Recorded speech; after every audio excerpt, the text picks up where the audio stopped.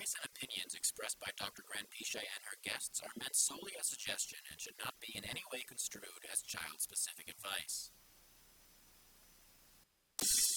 Doreen Granpeesheh is Dr. Doreen is an expert in autism. Doreen Granpeesheh. Dr. Granpeesheh. Doreen Granpeesheh. Dr. Doreen Granpeesheh is a visionary in the field of autism.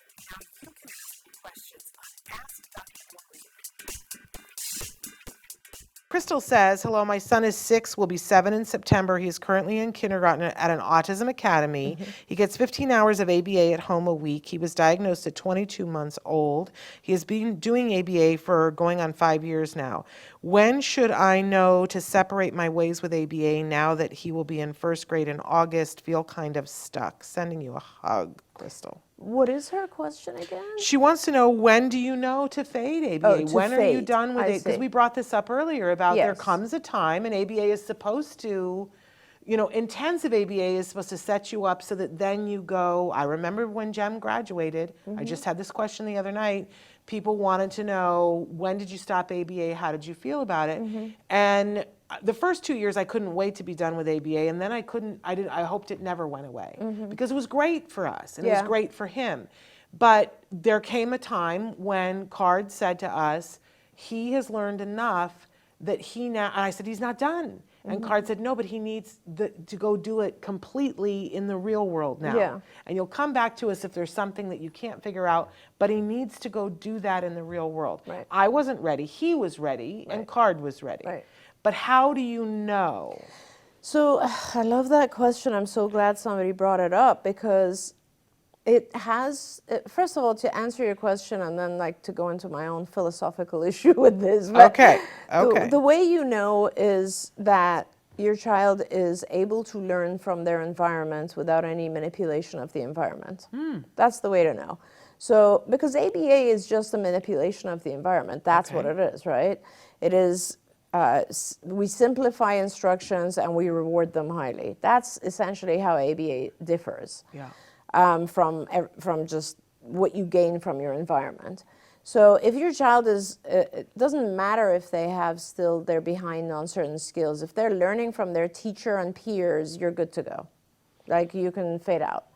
But if you still need some structured instruction because your child's not learning from other means, then you need it on an ongoing basis. It's very simple. It's like tutoring. Now, the thing that is really important about this that I think our viewers might appreciate is that just like anything else, like think of learning another language or learning a new, craft or something like that. If you go in pretty intensively at first, then you will learn it, and then you've now accumulated this level of, so let's say language. If you do like a year of intensive work, then after that year, you can do much, much, much less. Yeah. But if you don't do that intensity in the beginning, then what you have is a lot of material that has to be spread out over a longer period of time, if that makes sense. And that's what is happening more and more. Yeah. And that's the problem because, it's one thing to say, so children, when we get children early and we start to work with them intensively, the hope is that by the time they're hitting school age, so 5, 6, even 7 in some places, we are able to reduce the ABA and allow the child to adjust to the school environment and learn more from their teacher and peers and so on. And so then now the ABA becomes supportive of what else is going on as opposed to leading the charge. Yeah.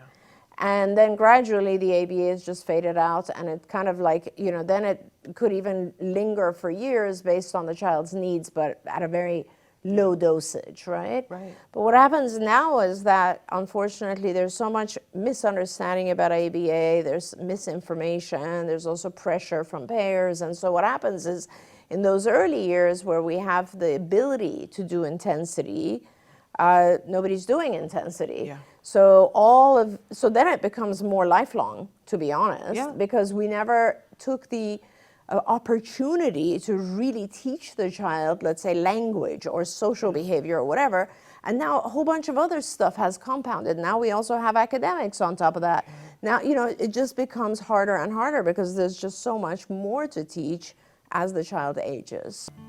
Don't forget, you can watch Ask Dr. Doreen live every Tuesday morning at 10 a.m. Pacific time. We hope to see you there.